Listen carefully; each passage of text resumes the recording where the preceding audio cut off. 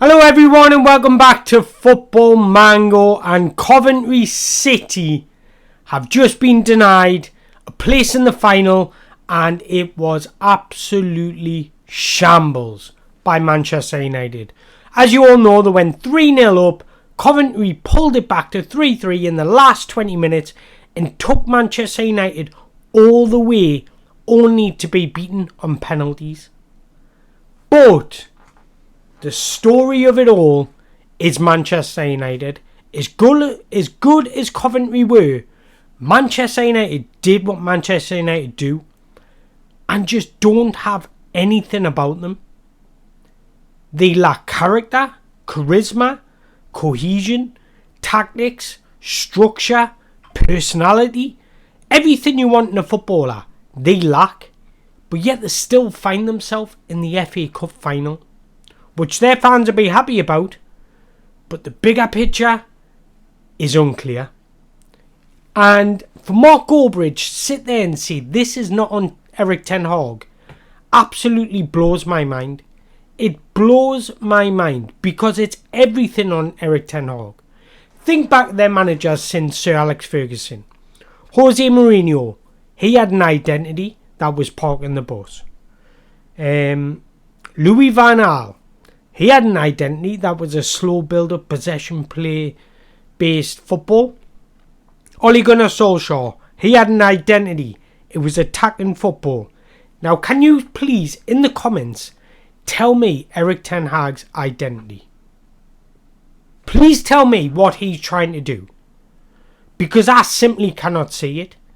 And I'm the one that's backed Erik ten Hag. I said when they appointed him, it was a fantastic appointment. I was happy, but I'm struggling to defend the man. Because no matter you've got a squad, right? You've got a squad of 26, 30 players, how many, depending on how many you bring in from the youth system to train, right?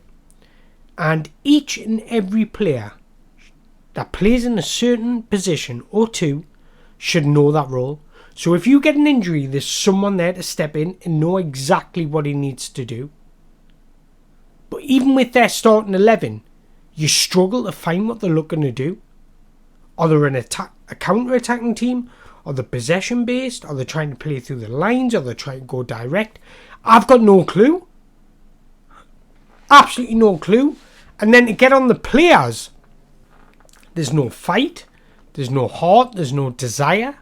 There's nothing about them that resembles a Manchester United team. And if Manchester United aren't embarrassed and ashamed about that performance yesterday, I've got no hopes for them. Absolutely no hopes. Because yes, they can be happy they're in a final, but they've got to be worried about what the future holds. And if I'm Jim Radcliffe and I'm looking at that performance and I'm seeing Man United go 3-0 up, happy days, everything looks smooth, everything's going right, Ten Hag making changes, and then it going back to 3-3. Is that on the players or the manager? Because in my view, it's on the manager. And if I'm Sir Jim Radcliffe and I'm sitting there and watching these performances week in, week out, he would be gone at the end of the season. As much as it pains us to say, he would be gone. Because this is not Manchester United we're used to. Yes, he can have bad days at the office. That happens to everybody, every football club. But their bad days happen every single game this season. Can you pinpoint me a game where you really looked at Man United and thought they dominated that game? That was Man United at its best. Not one. Not one. And Coventry scored in the final minutes of extra time to make it 4-3, and boy was it close. Man United got away with one today. Truly got away with one. They're lucky, and I just don't know where to go from here. Even if they win the FA Cup, right? Because that can happen. City can have an off day, whatever. A penalty shout, a sending off can happen.